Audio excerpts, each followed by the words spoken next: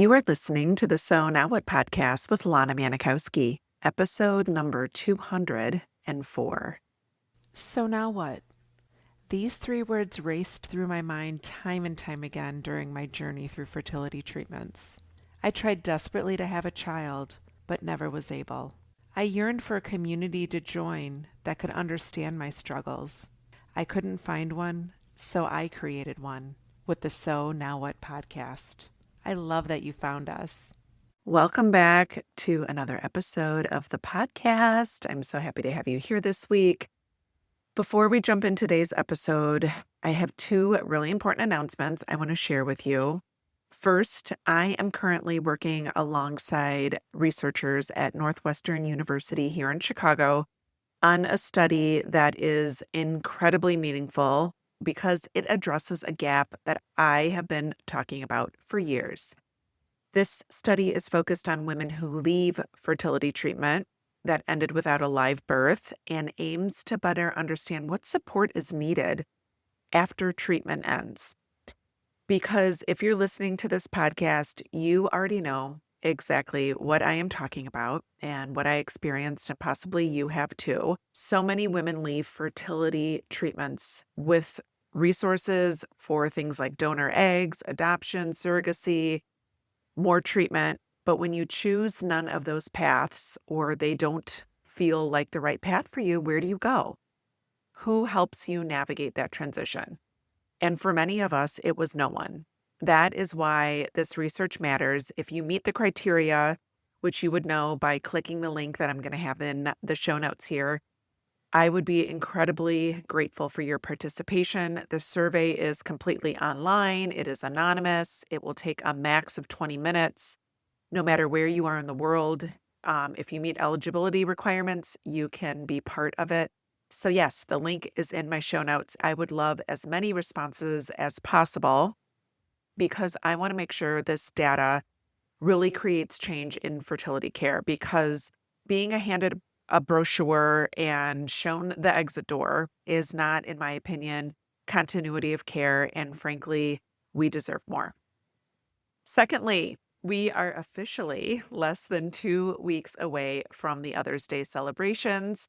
So if Mother's Day is feeling complicated for you, if you are dreading that weekend, if you feel like everybody else has somewhere to belong except for you, I created this event exactly for you. This year, there are 2 ways you can attend. Friday night is the new event called The Foundation, which includes yoga, a guided meditation, and a sound bath, of course, led by women without children.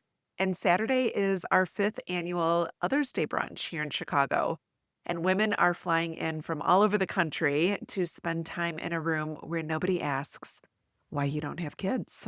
Nobody asks if you're still trying. Nobody tells you that you should adopt. So you can attend Friday, Saturday, or both. I'll put the link to get tickets in the show notes here. All right, so that is what I wanted to share before we get into today's episode.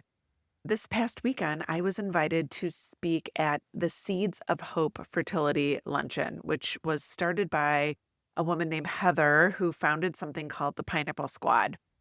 And what made this event so interesting was that most of the women in the room had babies after going through years of fertility treatments or having a diagnosis of infertility. And their stories in the end looked different than mine. But what was so powerful was hearing how many people came up to me after I spoke and said that I never thought about what happens when treatment ends and there isn't a baby. Or, you're right, there is such a huge gap here. And that is so important for us to discuss, as per always, because this conversation should not only be about what's happening to women who go through fertility treatments and have a baby, but what's happening with the women who are childless after infertility. It should be part of the larger fertility conversation, and it should be discussed in clinics. It should be discussed in places around advocacy for fertility, and it should be discussed long before somebody just quietly disappears after their treatments end. So today, I want to share with you the exact speech I gave on Saturday. And I hope if you're listening and wondering where you fit, you hear yourself in this because you belong here. The name of my talk is called What If I Don't Belong Here Anymore? Belonging Through Infertility. I want to start with something I think most of us might remember: gym class. Maybe it was elementary school or middle school, standing there while teams were being picked for some sort of sporting event, trying to act like you don't care, while quietly hoping you'll be the next to be picked, because being the last one picked felt awful. Not because of the game you were about to play, but because of what it made you think. Maybe I don't belong here. And as adults, we don't really talk about that feeling the same way anymore. But if you've been on a fertility journey, you've probably felt a version of that. No, not in gym class anymore, but in your life. And I want to share a moment that caught me completely off guard. It was brunch with a group of my girlfriends who had been my safe place for years. The girls that I was single with, and one by one, things started to change. People got married, moved out to the suburbs, started having kids. And these are my girls. I wrote about them in my book, so now what?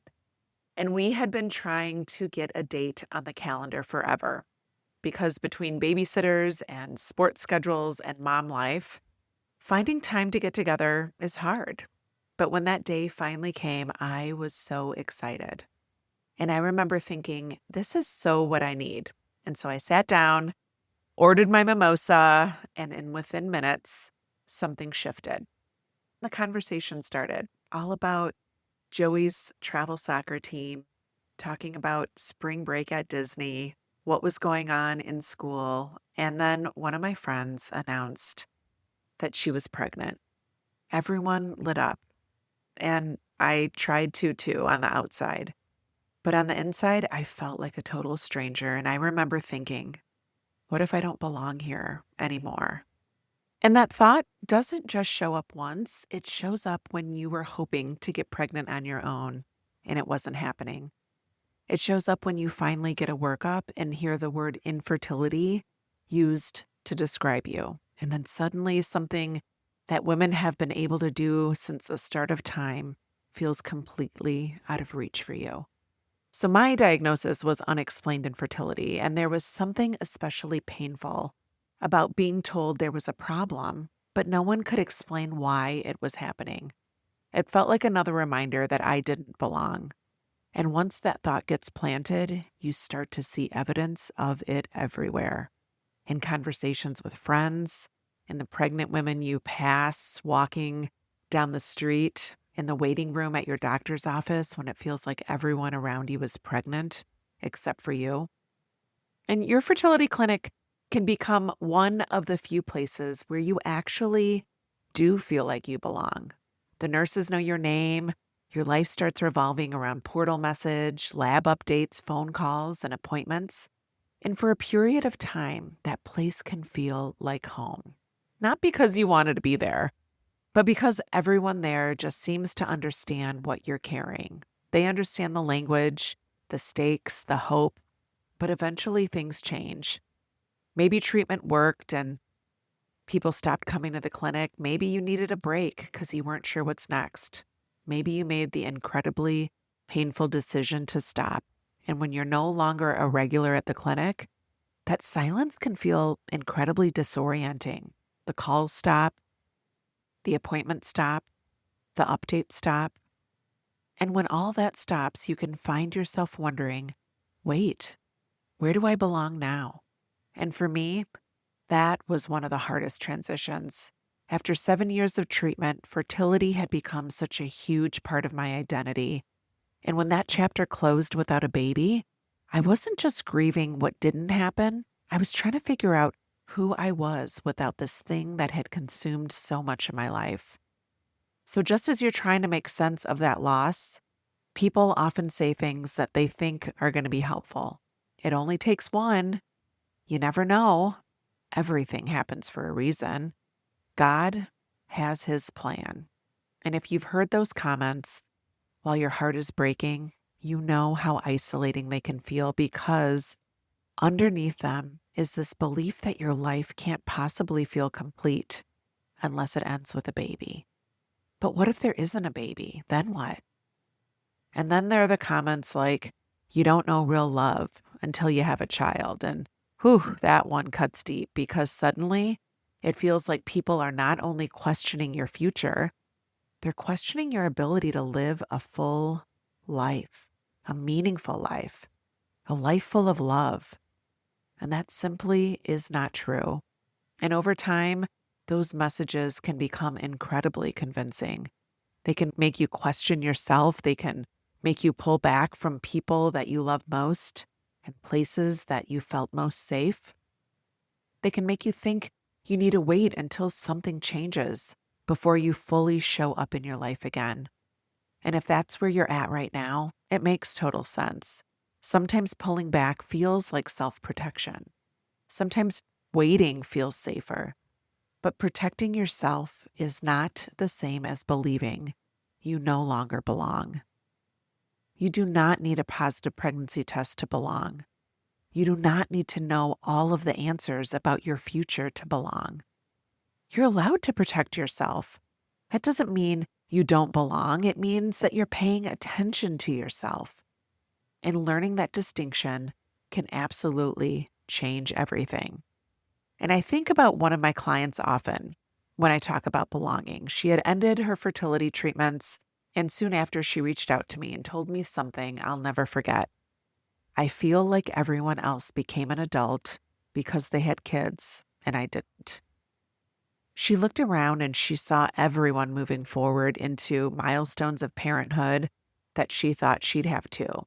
She started declining invitations to things that felt emotionally taxing, like her coworker's baby shower or her best friend's kid's first birthday party. And sometimes that's exactly what she needed, and I totally support that. But eventually, she realized she wasn't just protecting herself, she was disappearing. And those are two very different things. But I know why she did it. I knew exactly why. Because for so many women, motherhood can feel like that thing that makes you believe you fully belong in adulthood. The school drop offs, planning birthday parties and graduations, nights out with the hockey moms, becoming a grandmother. But when she looked at her future and thought, what do I fit into now? But through our work together, she started asking different questions. What relationships do I want to continue nurturing? What experiences make me feel alive? What would make me feel purposeful if raising children is no longer on the horizon? What would make me feel proud of my life? And little by little, she stopped waiting for life to begin. She made a deeper connection in her marriage. She nourished friendships that mattered. She started traveling again and decided that she wanted to create traditions around holidays like Christmas and Mother's Day because she didn't have the children to celebrate with that she thought she would. And most importantly, she stopped defining herself by what didn't happen. And recently we caught up and she told me that some days she feels like times are hard, but that she's starting to feel like she belongs in her own life again. That is belonging. And that realization changed everything for me too. Because when my 7-year fertility journey ended without a baby, I was handed brochures for adoption, information about donor eggs, resources for paths that weren't right for me. And let me be very clear, those paths are beautiful for many people, but they weren't the right ones for me. What no one asked me was, what if you choose none of those options? What if you move forward without children? Can you still build a meaningful life? Can you still feel hopeful again? Can you still belong? And when I left that season of my life, I realized that there was absolutely no roadmap for women like me. No one said your life can still be beautiful. Your marriage can still thrive. Your friendships can still feel so safe, and your future can still be full. But no one was showing me what it looked like. And because of those spaces not existing, I started to create them. That's why I wrote my best-selling book, So Now What? That's why I started my podcast. And that's why I created the Others Day that happens here in Chicago. And what I love most about the Others Day is watching women walk into a room and physically exhale. No one asks why they don't have kids. No one asks if they're still trying or asks why they didn't adopt. No one asks where they fit. They just do. And I want to be really clear in this room, if you are still in the middle of trying to conceive and Mother's Day feels complicated, you belong at the Other's Day. If you feel like you're in a holding pattern and you're not quite sure what comes next, you belong there. If your path ended without a child, you belong there too. In less than 2 weeks from today, on May 9th, we're going to gather for our 5th annual Others Day here in Chicago. So if you're sitting here thinking, I wish I had a room like that, let's talk. And when I finally started sharing my story publicly through my podcast, through my book, and in spaces like the Others Day, I found something I had spent years looking for: connection. Not because everybody has my exact same story, but because they understood what it feels like to wonder where you belong. And that's what I want for you. Not a life where this journey never hurts. That would be a total lie. But a life where this journey doesn't convince you that you are less worthy, less whole, less capable of love, or less deserving of connection. You already belong. Without the pregnancy announcement, without the baby, without your life looking like everyone else's. And the next time that old question creeps in, do I belong here? I hope you remember this. Your story may not look like what you had planned, but it does not make your life any less meaningful. And it does not make you any less worthy of taking up space in it. Thank you. So that was my talk. And I hope hearing that reminded you that your life is not happening somewhere else. And if you've been questioning where you fit because your story looks different than the people around you, please hear me when I say this. You do not need motherhood to validate your life. You do not need your story to look like everyone else's to be worthy of connection. And you do not need to wait until you feel better before you start building a life that feels meaningful. This is the basis of all the work that I do in my coaching program called Thrive After Infertility. So if this episode resonated with you, please share it with somebody who needs it. Please rate and review the podcast if you would. And if you qualify for the Northwestern study, please consider participating, because this is where our voice gets heard. And of course, if Mother's Day is feeling heavy for you, I hope that you join us at the Others Day. Everything you need to know about things I covered in this episode are linked in the show notes. I hope you have a beautiful week. I love you. And remember that it's never too late to discover your meaning. I'll talk to you next week. Hey, real quick, I just want to tell you about an awesome resource I created. If you have ever found yourself in conversations with people, or maybe people offering you suggestions about what you should do to become a mom, it's called the Top 27 Things People Say When You're Childless and How to Respond. You can get your copy free at lanamanikowski.com/things people say.